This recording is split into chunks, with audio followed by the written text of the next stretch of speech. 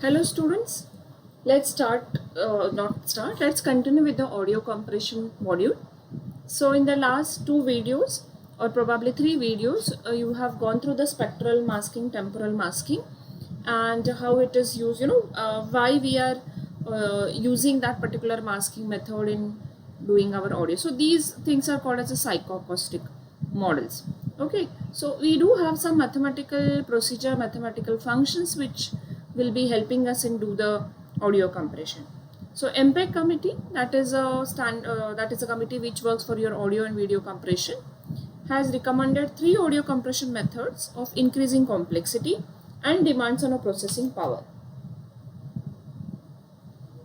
So as we go on studying these method, you will understand that the complexity also goes on increasing and the demand for a processing power, that processing also will increase because when you are saying that complexity, and definitely your compression will increase and the quality will also increase. So they are referred as audio layer 1, 2 and 3. So that is what MPEG 1, MPEG 2 and MPEG 3. So layer 1 is the simplest, a subband coder with a psychoacoustic model. So layer 1 can be implemented by us also. Of course it is compared, if you are taking a complete song which is 4 minutes or 5 minutes long, then definitely doing a complete song compression will be a very complex procedure. But if you are working on a small samples, then definitely we can think of implementing this in the software. Level 2 adds more advanced bit allocation techniques and a greater accuracy. As I told you, as you go on increasing the layers or as you move ahead with the layer numbers, the complexity will increase, the processing will increase, but definitely the accuracy will also increase. Now what do you mean by accuracy here? After decompression, the song, for all the audio I'm referring as a song, it can be any other audio, it can be a normal speech, it can be a musical instrument, it can be any thing which creates sound. Okay, so the original purpose for its introduction has been a digital radio. I'm talking about layer 2. Then layer 3 adds a modified DCT blocks and a non-uniform quantization plus advanced feature like Huffman coding, 18 times higher frequency resolution and bit reservoir. See, finally when you talk about any of the compression, we are going to represent every sample, or once we do the compression, once we reduce the number of samples which we are going to consider, every sample has to be represented in terms of bit. So we hear the last sentence, why I'm referring about bits is because here it is mentioned that non-uniform quantization plus advanced feature like Huffman coding. So probably when you narrow down to a small number of samples, you will go for a Huffman coding in that particular sample. And you are getting a 18 times a higher frequency resolution compared to your previous layers. Now here you have to remember that all these layers, that your MPEG 1, MPEG 2 and MPEG 3, they have a backward compatibility. Now what do you mean by backward compatibility here? The layer 2 decoder will be able to encode layer 1 layer 1 end compression also. See, at the end when I'm going to use decoder, if I'm using layer 3 decoder, I'm saying that okay, it can read MP1 also and MP2 also. See, whatever the music system you buy, it will specify the different formats which it can read. So it will specify the version it can read. For example, when we go for a Microsoft Office, if I buy a Microsoft Office 2016 version, so any PPT which is made with the Microsoft Office 2012, any PPT which has been made with Microsoft Office 2010, it will be able to open. So normally the upgraded versions are able to open all the backward compatible versions as well. So, but definitely when I talk about, if I say that you have a MP1 and decoder at your place, and if I try to play MP3 CD there, then it will not work. So all the layers have a backward compatibility. MPEG 1 is a standard for the international, or it is an international standard, sorry for the typo mistake there, international standard for a moving picture video compression. Every layer for that, every standard, you will have two sections. One is a normative, another one is an informative. Now what do you mean by what is the difference between these two? Normative will give me the idea of whatever is required, or what are the requirement to follow that particular standard. So whichever, suppose for example, whenever a song is published, whenever a particular lecture is published, it is important to mention that it has been made by who is the owner of that particular creation. It is how much duration, who is sponsoring. So all these comes under standard. It is expected that this basic information will be always there. So that is a normative section. What do you mean by informative here? Suppose while during the encoding, whatever extra things I can give as information to the decoder, that will come as an informative. For example, suppose when I say JPEG, okay, so JPEG, if I have to write a normative, I will draw a block diagram that, okay, these are the steps which have, we have followed those steps before reaching to the end of the image compression. What will be the informative there? The tables which I have used for quantization, because I know you have lot of choice when you go for the quantization table. So I will specify, okay, from this quantization table, these are the tables which are used for quantization purpose. That will be my informative section. So I hope this difference is clear to you. What is a normative, what is an informative? Whichever is required, whichever is compliance with the standard, you mention in the normative section. Whatever is the additional information we want to give it to the decoder, that you will be mentioning in the informative. See, because we are always saying in the audio compression, the encoder may follow different procedure. They might follow a different complexity, but it should be a uniformly decoded. Whatever MP3 CD which I have created, and somebody else has created with the same content. Suppose I'm also playing some movie song, I have tried to compress it, and the same movie has been compressed by colleague also. So when we both are giving you the MP3 CD, assuming that we have encoded the same content, at your place it should be able to play the same movie song. Okay, it cannot happen that because we have used different compression method, we have used different encoder, the output coming from the decoder is different. So that we should not happen. So in general, in all the layers, what are the different basic steps which are to be followed? Just go through the slide.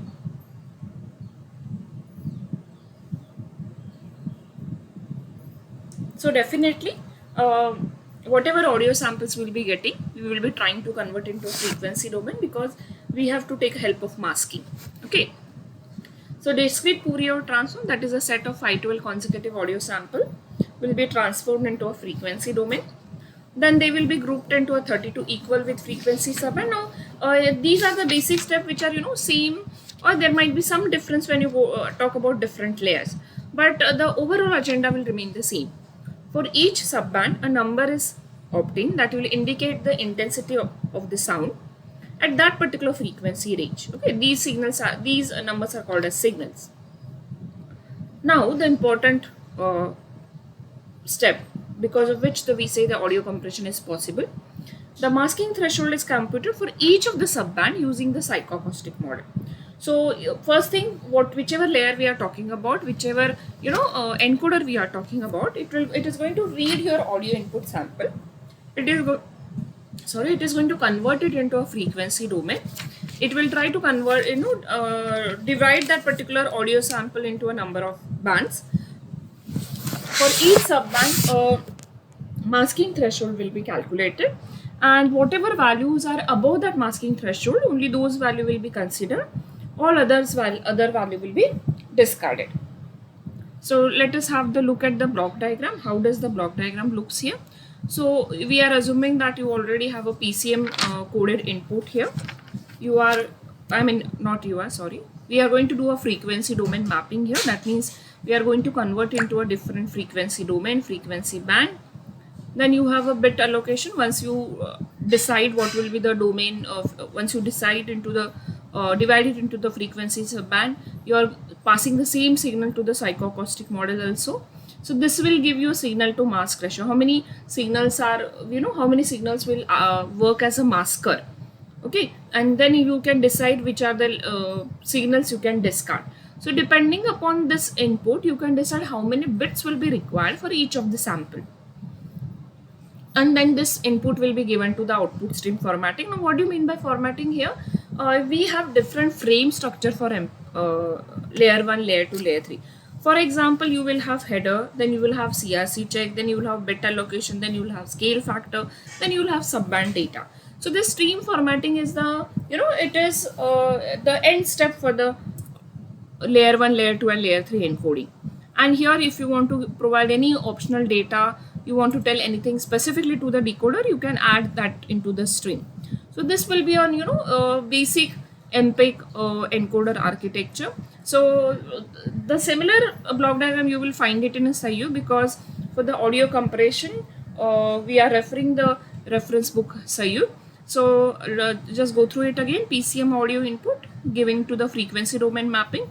So now this, for layer 1 you will have 32 subband filters, and once it is divided into a once you you are doing the frequency domain mapping using a 32 subband filter, then each sample, from the sample then will be again divided into a group of 12 sample.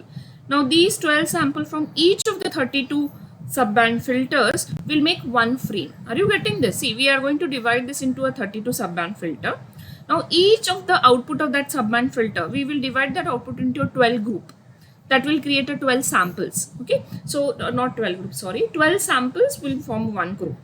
So, and of these, that is 12 samples of 32 filters will form a one frame of layer 1. So this is the way your layer 1 will work. Now with the, because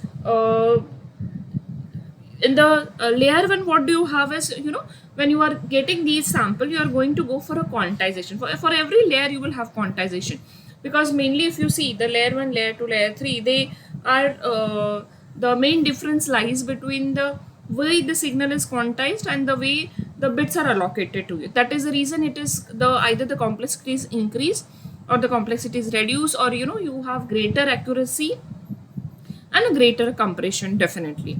So this is the main block diagram of it. Now let us just quickly discuss what is the difference between the layer 1, layer 2 and layer 3. As I told you, for a layer 1 you will be, here you will have 32 subband filters, and then the samples will be divided into a group of 12 sample each, and this will form a one frame of your layer 1.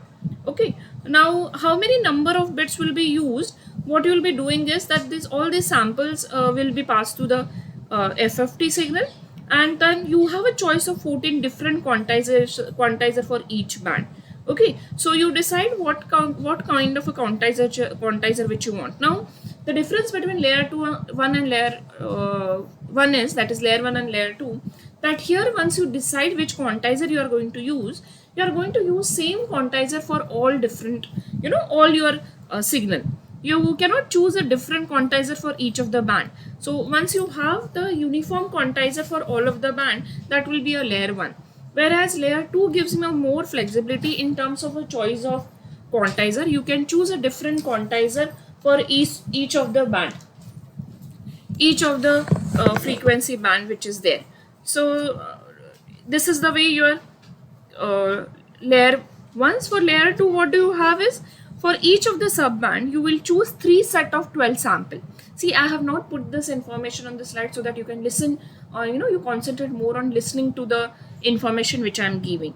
So as I told you, layer 1 will put 12 sample from each subband into a frame, whereas the layer 2 will put 3 sets of 12 sample from each subband into a frame.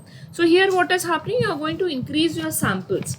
See, the moment you increase your sample, that means you are going to increase your quantization, you are going to increase your number of bits which are going to be present. And as I told you, the layer 2 will definitely, layer 2 gives you more flexibility. For each of these band, you can choose a different quantizer. And secondly, once you have done this, you have chosen the quantizer. So for example, if for some sampling rate and bitrate combination, you can treat your higher subband as a bit 0. Okay, so whatever subband you are going to choose, or whatever quantizer you have choose, the remaining bands, or wherever you find the masking level is more, you can easily discard those particular band. So this is the way your layer 1 and layer 2 works. Now let us see what is there in the layer 3, or what is different in the layer 3. You have, again, we use a Fourier transform for that matter for the layer 3 coding. A Fourier transform is used to convert a original audio sample to their frequency sample, as in the layer 1 and layer 2. Now in this case, what do you have? You have a polyphase filter. But then what do you have is, whatever you are getting from the frequency domain, they will be grouped into critical band, not into a your 32 subband. Okay, why we are doing this in the critical band? Because we are seeing that bandwidth is different for each of the, because you have a different bandwidth for your critical bands.